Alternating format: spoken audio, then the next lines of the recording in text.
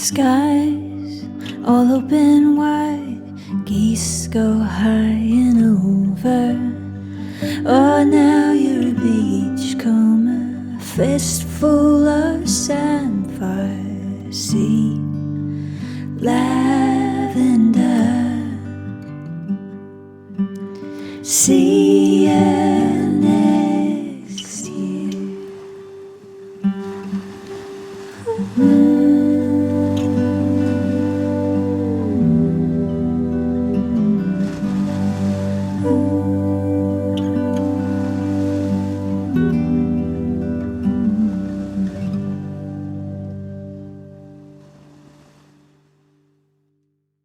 Farm Chat with Jason and Nathan are the dynamic duo from the wonderful Deepdale Farm on the North Norfolk coast.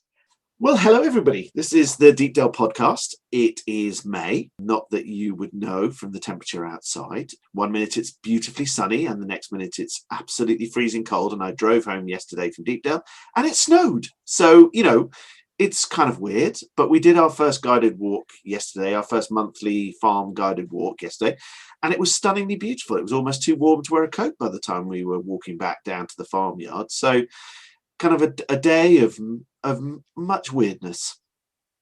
Yeah, it's a beautiful January morning to go walking on. Yeah. It's a shame it's May, but, but yes. Yeah. But it was lovely. I really enjoyed our first guided walk. It was really nice. Yeah, good fun. I realised it's possible for me to prattle on for really an indefinite amount of time about soil, but yes, it was very nice. You carried your crowd with you, your audience with you, and they kept asking questions. So you did at no point did you bore them. So that's great. So that is the key to these things. Is if they keep asking questions, then they clearly don't want to go home yet, which is great.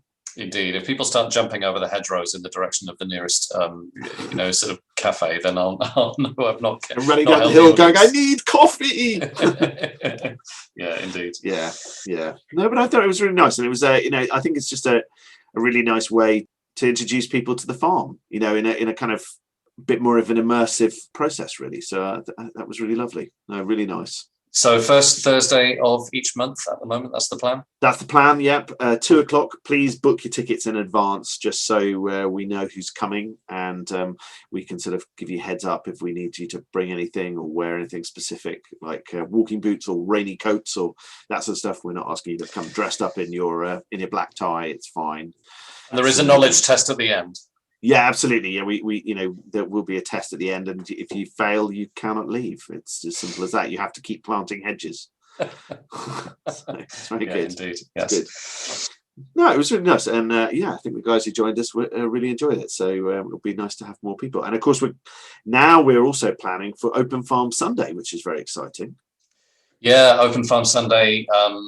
Will be lots of fun. That's a national event that's happening in June, and that is farms across the UK are joining in with Open Farm Sunday. So that's the 27th of June that we're doing that. And if people are interested in finding out what events are happening, if you can't make it to Deepdale, we obviously hope that people can, but if you can't make it to Deepdale, Google Open Farm Sunday and you should find the website, which will have more information and all the sort of various events listings. And it's basically farms opening their gates and talking a little bit more about what they're doing.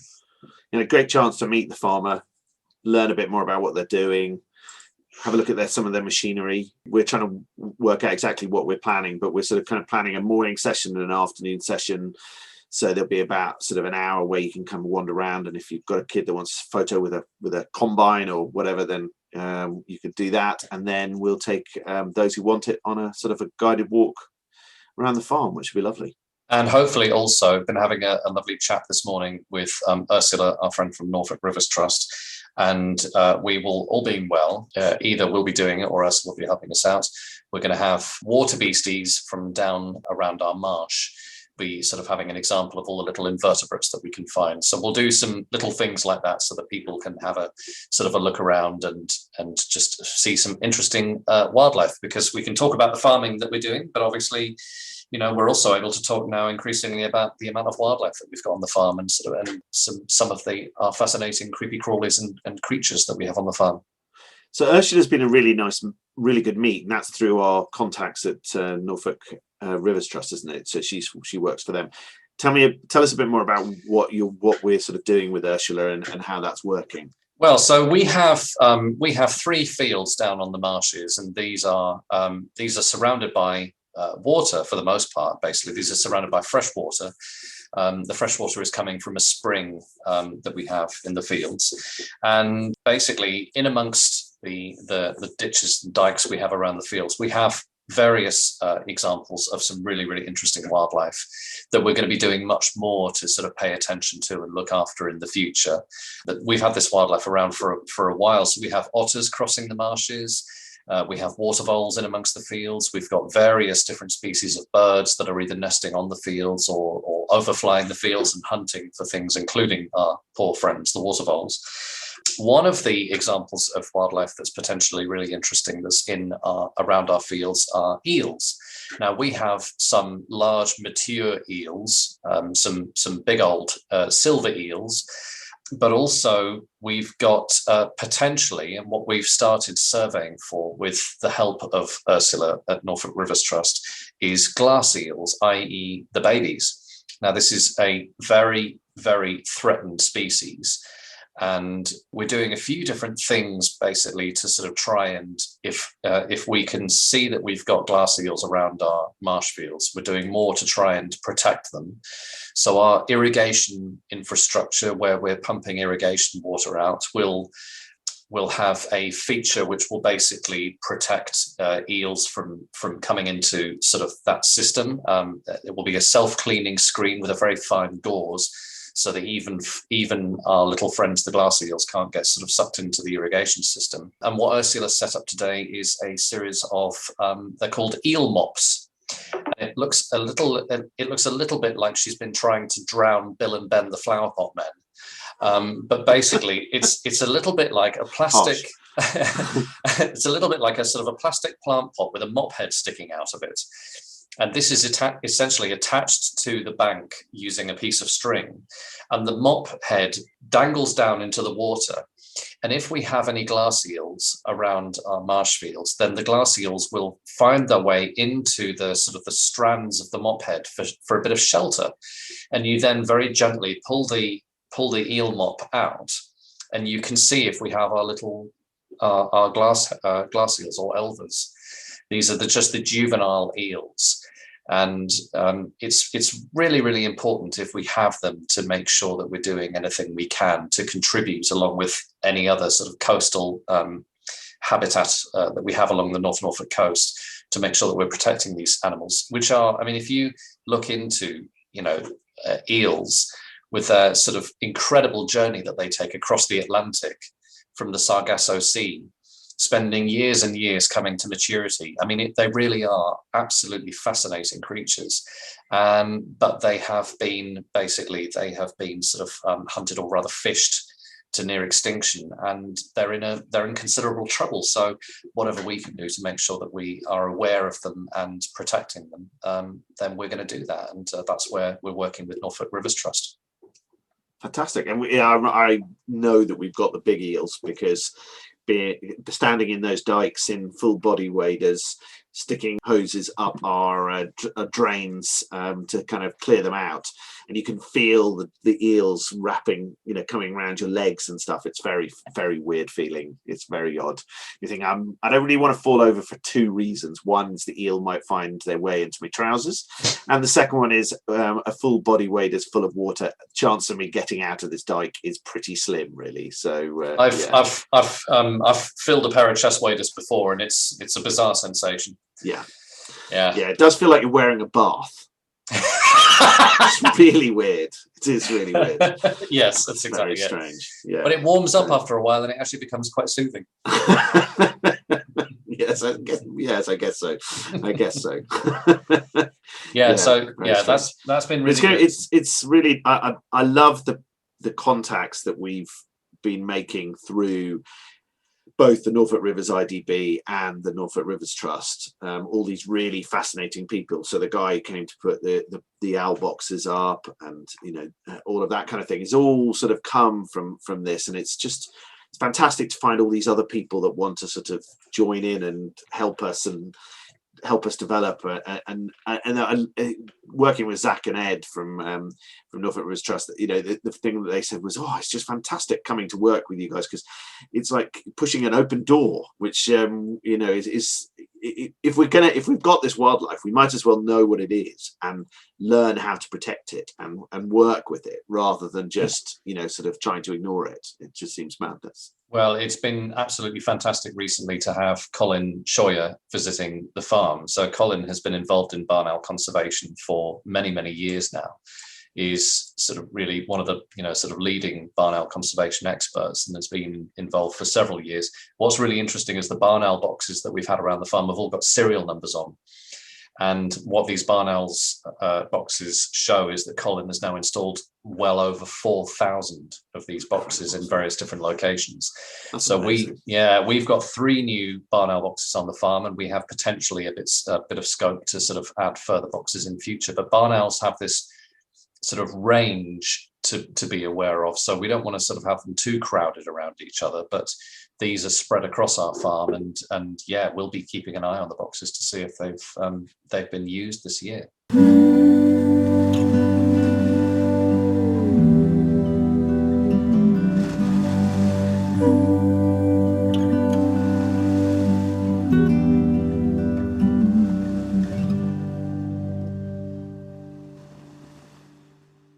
One of the things we did over the bank holiday weekend, Nathan and I went off to see a number of other farms. They had an agroforestry open weekend, and so we headed off and we saw 3 farms. And one of the really interesting, we'll talk about kind of what else we learned from that, which was just mind-blowing, really, in lots of ways. Brain hurt again. But one of the things that we learned when we were visiting one of them was that just how many owl boxes were on their farm in a much closer together than they would have expected, simply because with an agroforestry and organic system, they've managed to create these incredible habitats for these barn owls. And so they don't need as big a patch because they've got so much more to prey on. So it just shows that, you know, if you build your environment right, you know, you can really host these. And of course, birds of prey are, you know, top-notch predators, so they only really survive on a healthy ecosystem. You know, if the ecosystem is broken, then, you know, the birds of prey are going to really suffer from that. So if we've got birds of prey, it's a sign that, you know, we've got an ecosystem that's in a good place. It's why we have certain species that are described as indicator species, because they are telling us about the state of health of these areas. And yeah, absolutely. You know, we wouldn't have barn owls here, as we do have several on the farm, without the sort of the availability of small mammals. And, you know, it's all these sort of trophic cascades. I think there's one way of putting it. All this sort of the food web. You know, we're trying to sort of make sure that we're supporting all the creepy crawlies and all the small mammals and all the birds, you know, with all the plants that they need, because basically, you know, these species are all supporting each other, and they're all part of a food web that, you know, that the larger species, these keystone species, you know, rely on. And so what's that again? Trophic cascades. It's an interesting expression, I think, which describes how it essentially, if you have certain species in a system, then you get sort of effects all the way sort of up and down the food chain. And it's a little bit like there's a sort of a well-documented account of when they reintroduced wolves to Yellowstone Park.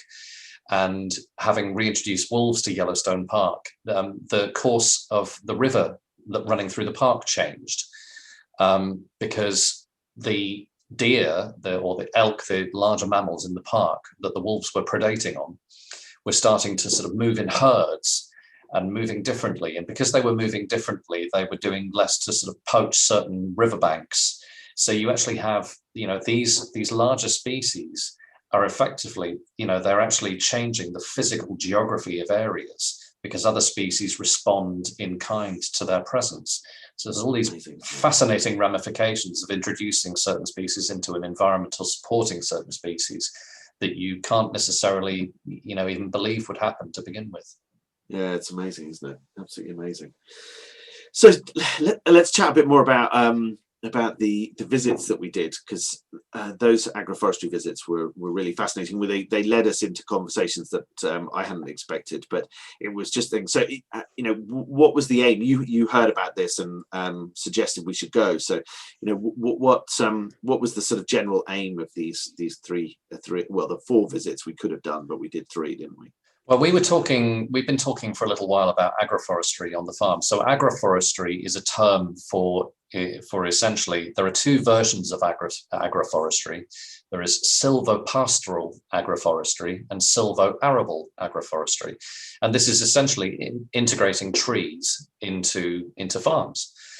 So if it's silvopastoral agroforestry, you can imagine you can have trees and you can have livestock grazing around the base of those trees. And with silvo-arable agroforestry, you can have crops growing in between trees. And we took advantage of the first Anglian sort of Eastern region agroforestry open weekend, and hopefully it's definitely the first of many. And essentially, we've got some really incredible farmers in the same region as us in the east of England. From George Young at Fobbing Farm in Essex to Stephen Briggs at Whitehall Farm in Cambridgeshire to John Porsey, who's at Shimpling Park Farm at Bury St Edmunds, and Wakelands, Wakelands is essentially, I suppose you could say, it is almost the sort of the ground zero for the development of agroforestry in the UK. And these are all farms which are at various different stages of implementing agroforestry projects. So you look at a field and then basically make a plan and put trees into the middle of your field. And depending on how far apart you put these rows of trees, you then have alleys that you can continue to crop. And so Stephen Briggs, who is our mentor on organic conversion and who is supporting us through organic conversion, he basically has rows of apple trees on his farm, and he is continuing to grow cereal crops between those rows of apple trees. And it's been really, really interesting because we got to meet 3 sort of farming heroes, or see 3 farming places that have been a great interest to us for a while. We went to, first of all, to see the incredible organic farmer John Porsey at Shimpling Park Farm, who's been farming organically there for 20 odd years, but has literally only just started his first agroforestry scheme on his farm. You can see it was fascinating going to that one first, because you could see these dead straight lines with these sort of perfect, sort of layout. Yeah. And then of course, when we went to see the later farms, you could see kind of where that was going to be in a few years. So it was sort of like now this is what you do. It's like a Blue Peter moment, sort of doing, this is the first stage, and then this is what it will look like later, sort of thing. Yeah, absolutely. Really interesting. Yeah. So with John Porsey's farm, very new agroforestry scheme. But then in the afternoon, we went to Wakelands. Now, Wakelands was the agroforestry scheme there was developed by Professor Martin Wolf, who passed away in the last few years, but his family are now involved in continuing to run Wakelands. And it's a very different feeling place. It's got an incredible feeling of community. It is it's been very much sort of driven by research and developing agroforestry, and also developing.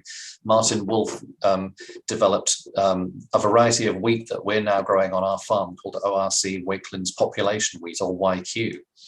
So doing some really, really interesting research on that farm. And Wakelands has really well established agroforestry, rows of trees, and they're doing coppicing of hazel, amongst other things.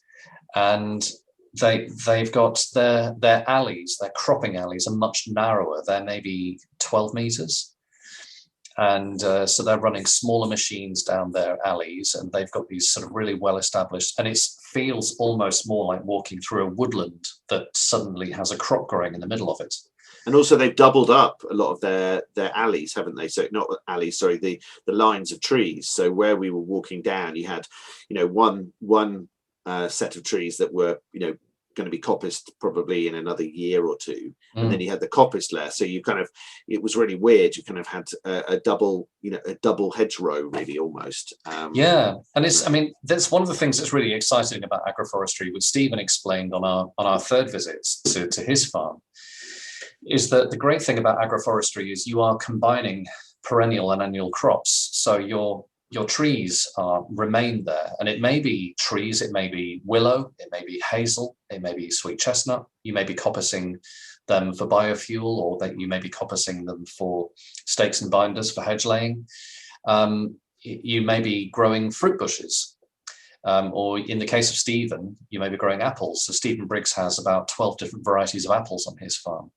And the fascinating thing is that you can be harvesting an annual crop like a wheat crop, and then a few months later in the same field, you can be going back and harvesting apples or harvesting nuts or whatever it is.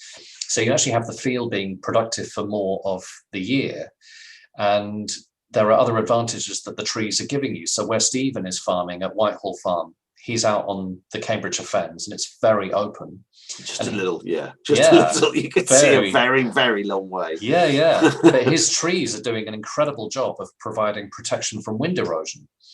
And they're also, because they're forming a microclimate around the crops, you actually have, slightly higher temperatures, you've got more favorable crop growing conditions, and you also have this incredible stuff going on underground, where you've got all these symbiotic relationships between the tree and the crop and all the mycorrhizal connections going on under the soil. And it's a force multiplier for a sort of incredible sort of health of your crops and for all sorts of good things happening. So, it's actually really interesting that one of the reasons that we're converting to organic is after we started speaking with Stephen about, we actually wanted to speak to Stephen about agroforestry. And we've come back to looking at these agroforestry schemes and sort of realizing all the beneficial applications of trees on farms.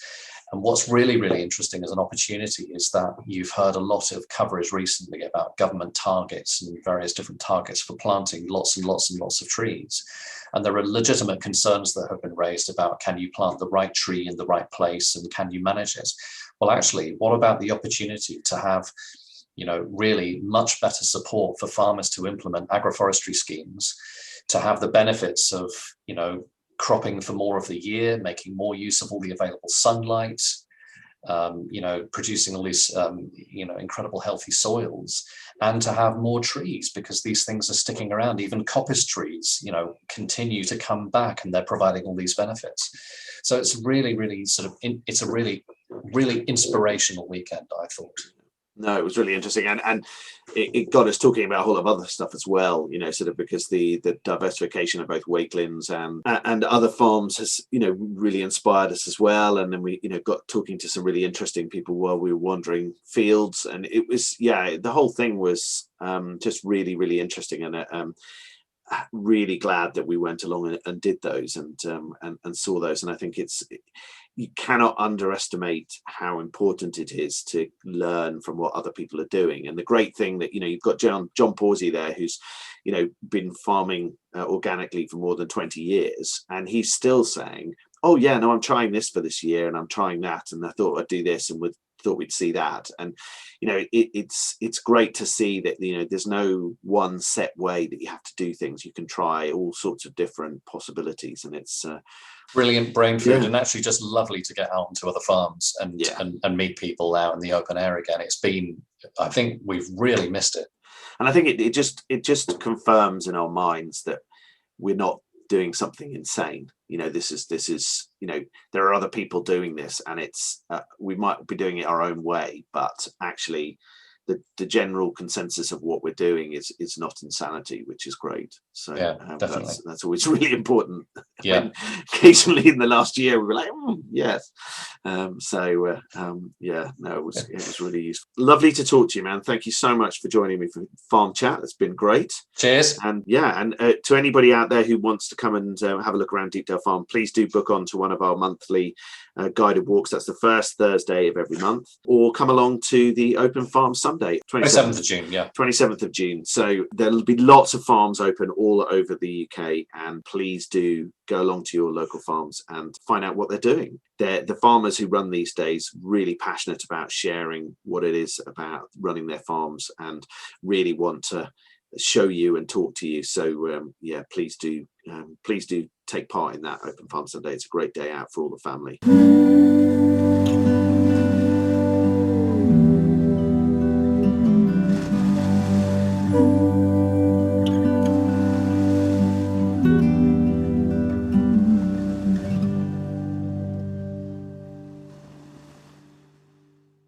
are beginning the next stage of the opening for the roadmap, which is why one of my usual hosts, Chris or Georgie, are not with me. It's just going to be me because,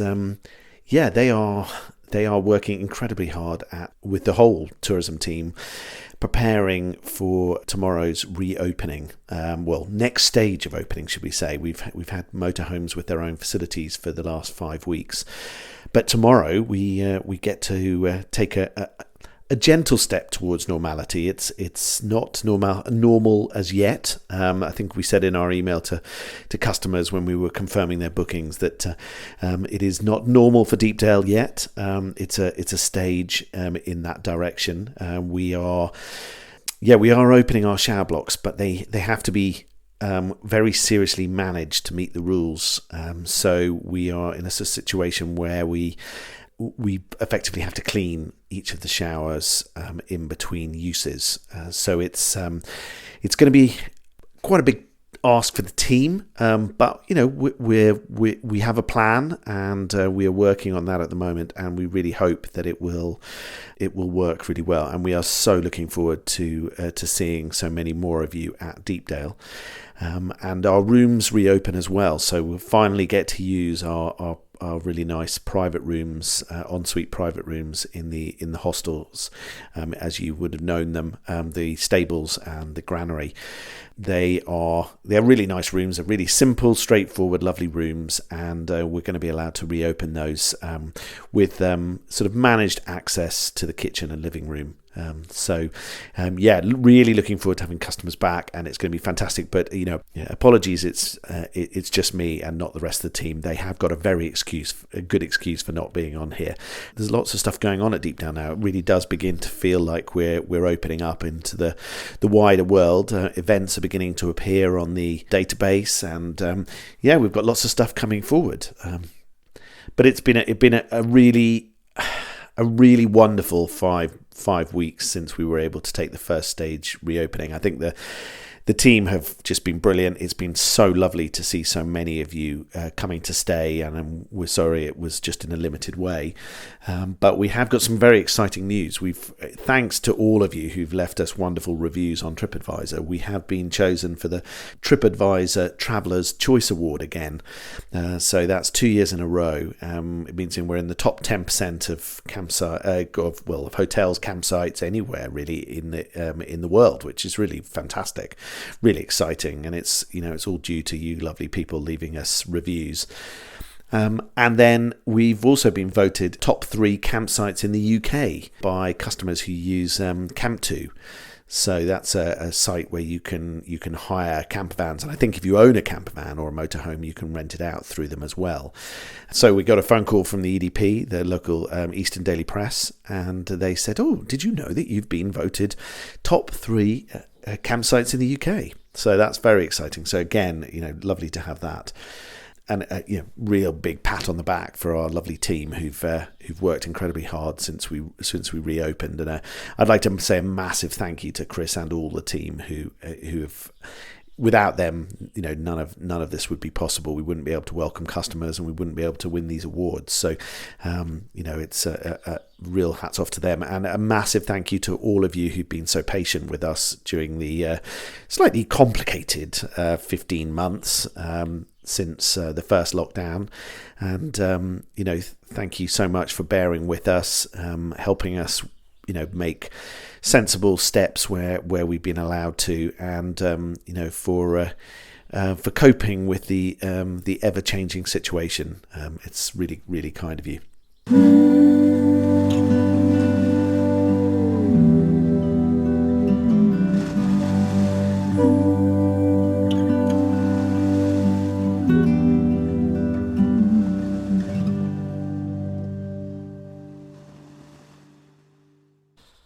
I'm standing in Driftwood Glass Studio, which is one of our lovely little shops here on the Dalegate site in Burnham Deepdale. I'm here with Rose, who runs this wonderful glass studio, and she's going to talk me through what they do for their wonderful classes where people can come in and do glass making. So let me get Rose to introduce herself.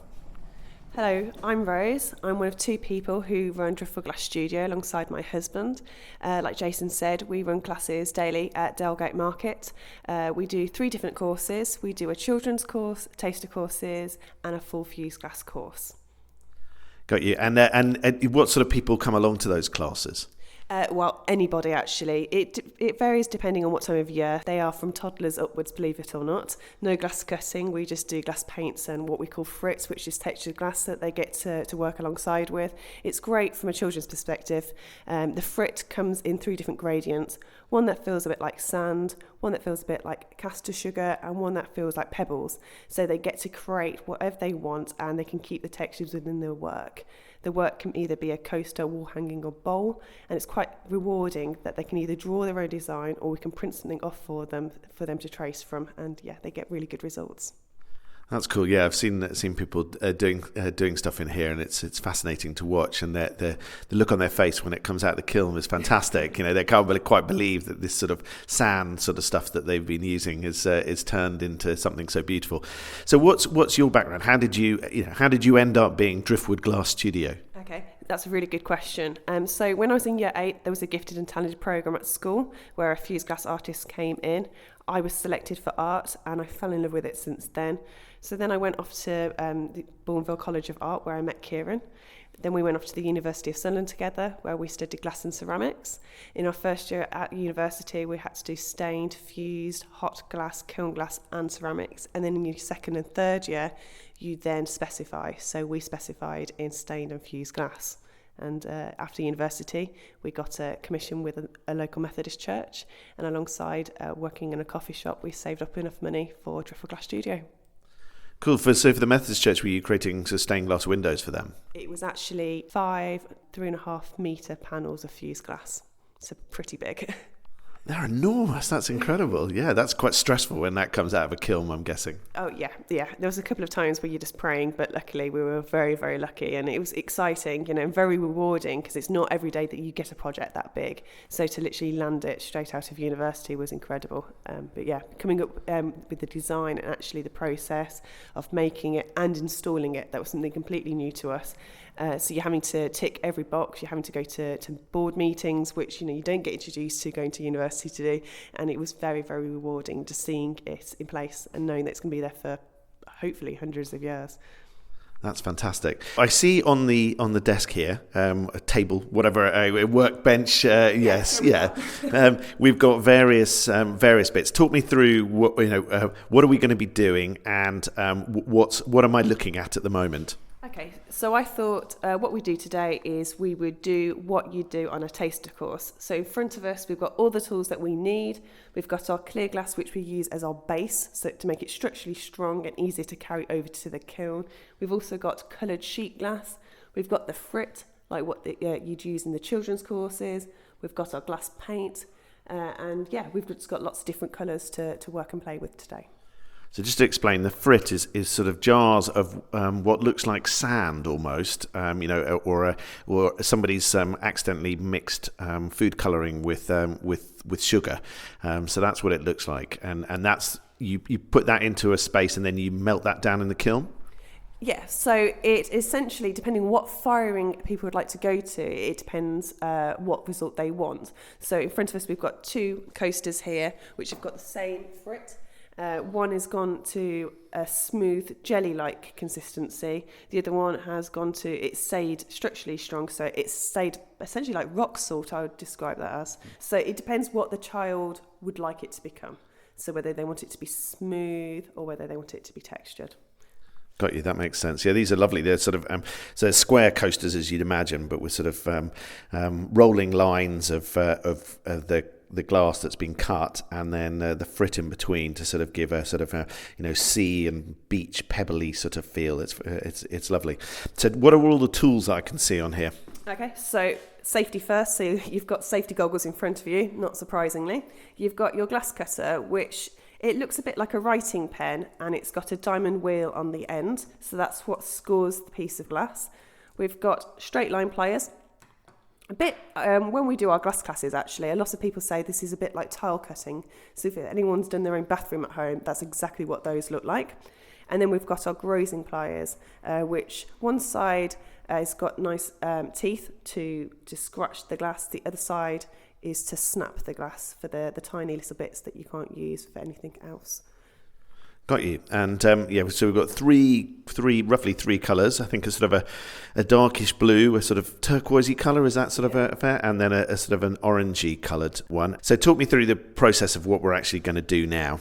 Okay, so first things first, we will cut out our square with the clear glass. So for that, we will be using our goggles, our straight line pliers, and the glass cutter. Once we've got our 10 centimetre square, we will be copying the design, but if you were doing the taster course, this is the process when you would actually come up with your own design, which is quite exciting. So for that, what we will be doing is cutting out wavy lines of the dark blue, the turquoise, and the orangey amber colour. Great, excellent. Okay, so neither of us are going to say anything, and Rose is going to perform, and I'm going to try and capture some of the noises of the process onto the microphone.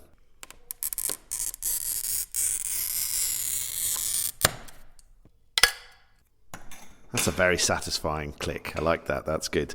So that's now the glass all cut up. It's now a nice sort of 10 centimetre square piece. It'll all make sense when you come and do one of their classes.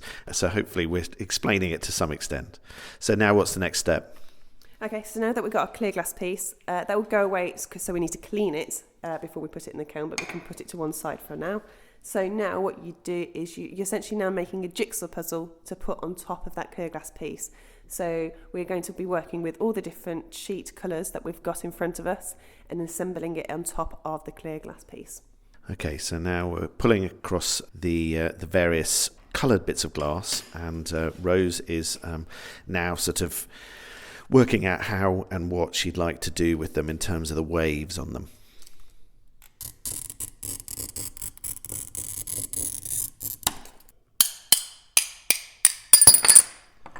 That's amazing. So you basically run this sort of diamond tip pen across the glass. She's made a beautiful wave, and then it hardly marks the glass, and then you sort of tap it from below, and suddenly you've got this wavy line. It's amazing, really clever. So we've got two lines of orange that sort of make up the beach. We've got a sort of a turquoise that makes up the sea. And now the sort of darker blue sky. If you imagine the colour on a beautiful sunny day when there's not a cloud in the sky, that's the sort of colour of this glass. So as you can see, I've purposely left some gaps in between the coaster. So what we do for this type of coaster is in between the gaps, we put either white or clear textured frit, and then we put it in the kiln.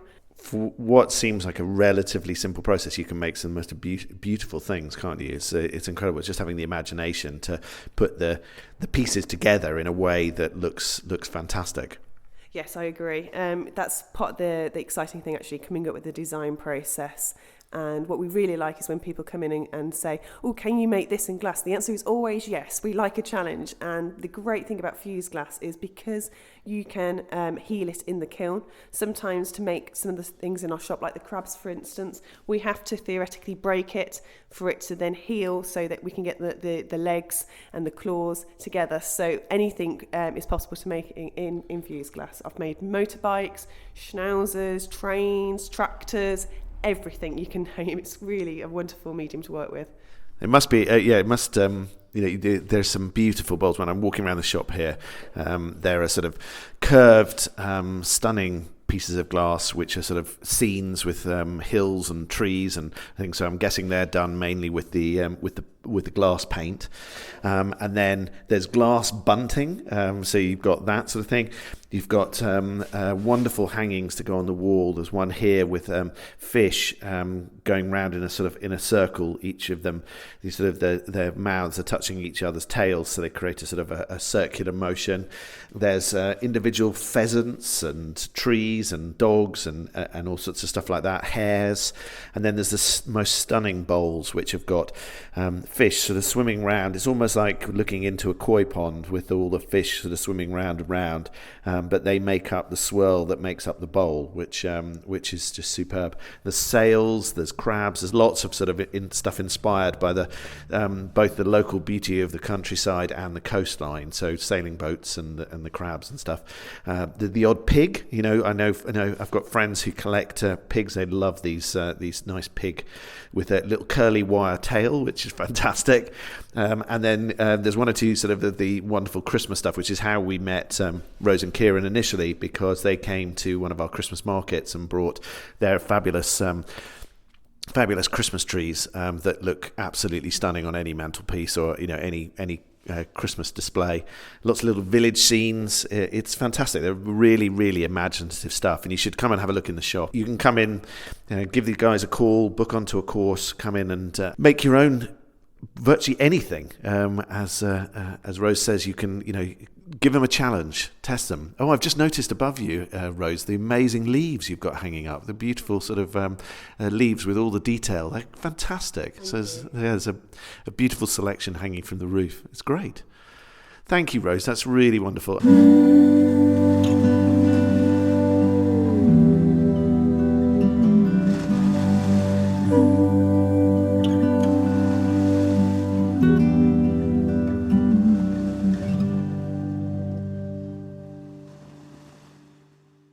My favourite place. So I'm sitting in my car while the electricians edit the house, and Andy's at home, and we're on Zoom, and it's really lovely to speak to you again, mate. Yeah, thanks for joining me on the podcast. And I believe you're going to tell us about another one of your favourite places, and this time it's the Sandringham Estate. Absolutely, yes. It's another thing. It's just around the corner from me, where we're living, and it really is a beautiful place to go and visit, basically. And it's not a million miles from Deepdale, so it's very sort of visitable from people staying whichever direction they come, or obviously a lot of people it's en route probably to Deepdale. You're coming from the King's Lynn area. Best way to get into it is there is what used to be called the old scenic drive, where you could drive your car slowly up at 5 miles an hour and it would take you on a circular route round through the estate. But that's now been pedestrianised, actually, so it is a walkway only, and it takes you through a lovely set of gates, the Golden Jubilee gates, and then it will take you up into the car park. And the advantage, if you did walk the scenic drive, is that you do get, for 100 yards up, on the left, there's a beautiful viewing platform. It's a really high viewing platform that if you just go up there, the trees are all cut back and it gives you this lovely view basically right out across the wash, and you can see Lincolnshire quite clearly on a clear day in the distance there. Actually, it's a really nice view to take in, which of course you would miss if you just drove straight up and into the car park, because it's a fair way. It's probably 10 minutes out, on a nice walk. But the other advantage walking that way is you just get to go through all the beautiful pine trees, and there are just hundreds of rhododendrons up there, which of course when they're in bloom, it's just lovely. For people that haven't been up there recently, it has had a huge facelift, I have to say, and is almost unrecognisable if you haven't been up there in the last 18 months or so. There was an old nature trail up there, what is now just been opened as an arboretum, which is still a work in progress. And reading the signs up there, it's going to have basically trees from all the 5 major continents on the earth. It's just going to be a sort of a guided tour of trees around the world. And the gardener was telling me, in fact, they've planted in excess of 900 trees up there. It's early stages, but I guess in some years' time, it's going to be quite a thing to go and view, I would guess. It is a project of Prince Charles. It is what he's taken on board, and I have to say they're doing a good job up there. Mm-hmm. The shop up there now that used to be is again unrecognisable. There is a wonderful Carstone fronted shop with a beautiful cafe up there, lovely clean toilets, large toilet area, offering you all sorts of things to eat. Afternoon teas sounded attractive, I have to say. Really is nice. a nice ice cream parlour up there. It's very geared now for visitors. So when you leave that main visitor area and you would cross the road, which ultimately was the Folly Hill that you drive into to get to see the house. I guess it's not all open, but the sections that are open to the public. There also over that side is the church that the royal family themselves use. You can't get into that, but that's obviously where the royal family will come at Christmas times, when that's where they go obviously every Christmas.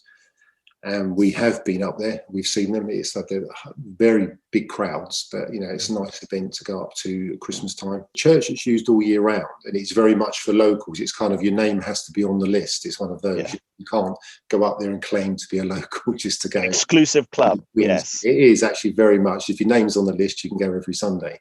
But obviously, I don't think you would get up there at Christmas time because there's obviously quite a large royal gathering, isn't there? But also that over that side is where they have the Sandringham Fete, which is always good to go to. And the last time that Jane and I were up there, certainly we saw Charles and Camilla really close. They just come out of judging the flower show. One of our neighbours actually got a nice second in the Piccadilly competition, I think. So it's really nice to see those, and they're really sort of nice to sort of interact with them. They come around and shake hands and what have you. So that's always worth looking out for as well. If you carry on the loop back round, crossing back over the road, it will bring you to the new children's play area. And if you've got young children, it's a really lovely place to go. It's all free up there, but huge, great big slides to climb up, walkways and swings, and then there's a nice picnic area for families to sit out in the nice weather. It is accessible by bus. There is a bus stop up there. The actual bus stop is number 35 with the bus, which is actually the King's Lynn to Hunstanton bus. But you could certainly, from Deepdale, you could jump on the coast hopper, which is the 36, and certainly get that to Hunstanton, where you could then jump onto the 35. Or our coast hopper takes you skirting around Dersingham. If you jumped off at Dersingham, the very end, just before the A149 starts, it's a short walk up for the more sort of able people. So you could literally bus it from Deepdale. And you are quite close then to Anmer, which is where Kate and William are living. And that's actually on one of my cycle routes. And that is quite close by. There's signs for that. Yeah, they've just bought, they live in a big house up there. You can see the house from the distance, obviously can't get close to it. But yeah, that's nice to know that that's where our future king is living. They are quite often seen in and around the Snettisham area, and obviously up there. We was chatting to someone the other day that said they'd seen them at Bircham Stores, just where they do nice food in the little cafe there. They were literally interacting with them because they were up there having some food in the Bircham Stores. But they're really happy to interact with you, which is nice.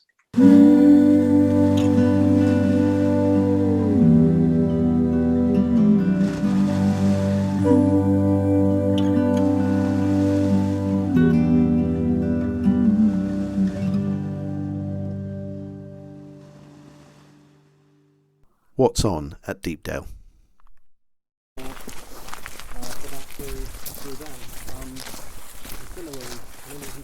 I was working here, I think I was paid for. You can cut 75% of the way through, and as long as you haven't cut all of it, you then bend this bit over. Yeah. And the xylem and the phloem, as long as they're not severed, then you still have a living plant, even though it's lying sideways.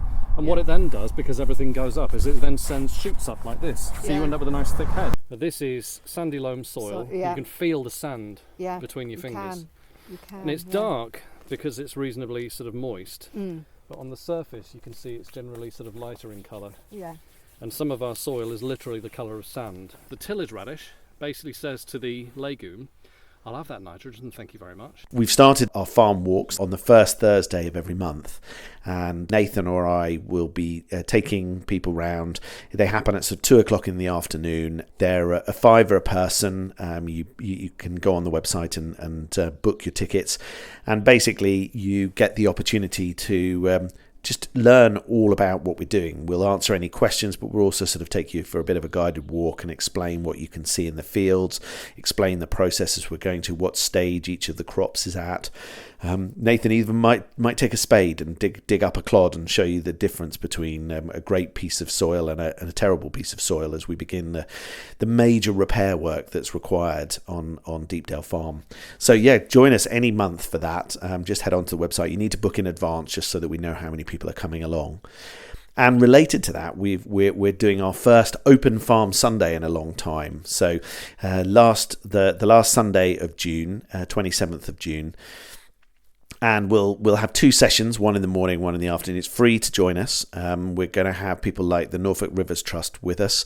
They'll be explaining kind of the work that they do, and they've been so helpful and instrumental in the process of us putting the new stewardship scheme and that sort of stuff in place.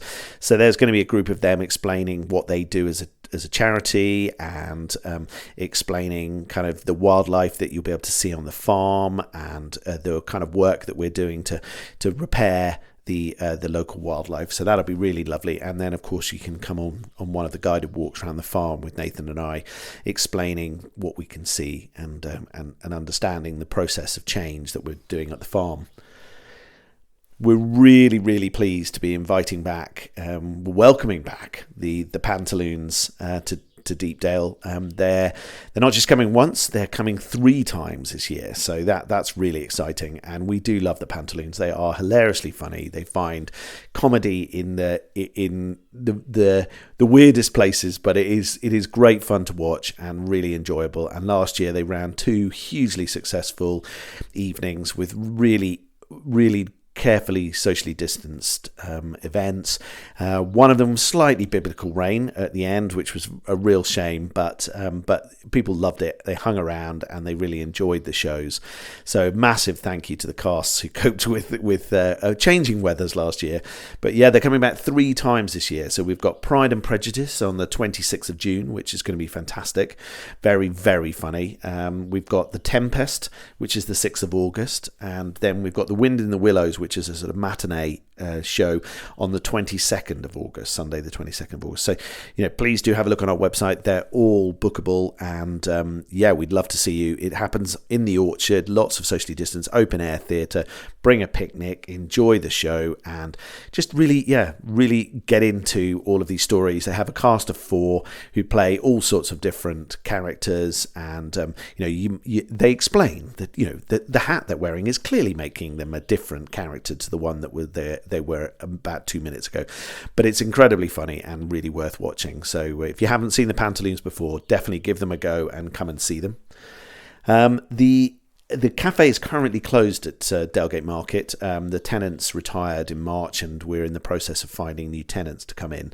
So at the moment the cafe is closed, but we have been enjoined for the whole of most of April, most of May, and now going into June by Express Coffee, Sue from Express Coffee, who makes delicious coffee, delicious tea, and really, really good hot chocolates. So she's with us all the way through, and the Duck Truck is joining us on Fridays, Saturdays, and Sundays at lunchtime until the end of May. And then we've got a whole lot of other street food that's joining us as well. So, of course, we have the wonderful Wood-Fired Food Company who come for Deepdale Pizzas on a Friday evening. So they're with us again. We've got new fish and chips coming on a Saturday evening, CD's Diner.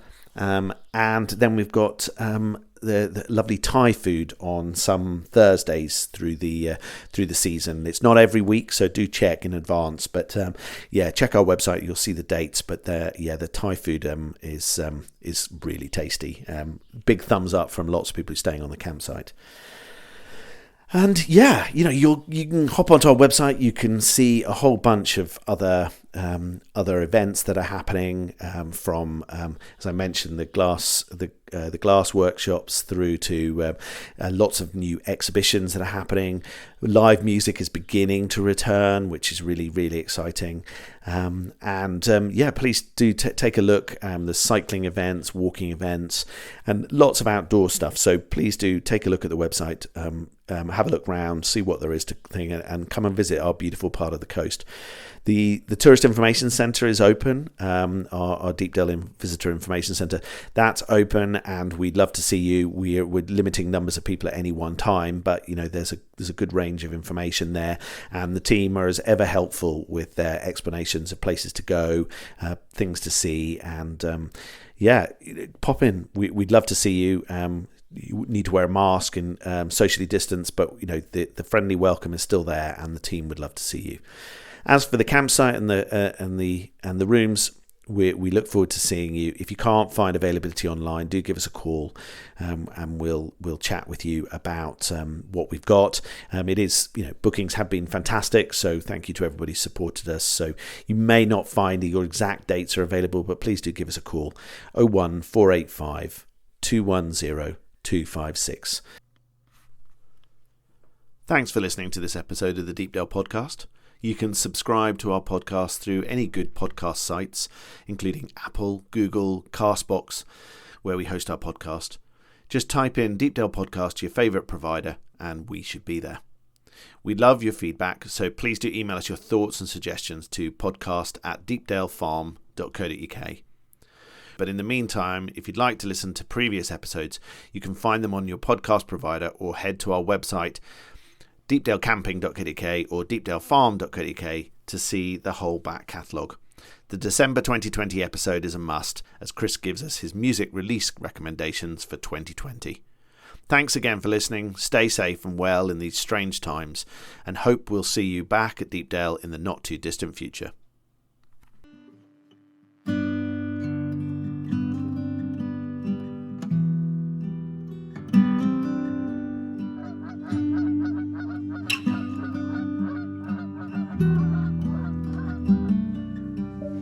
Skies all open wide, geese go high and over.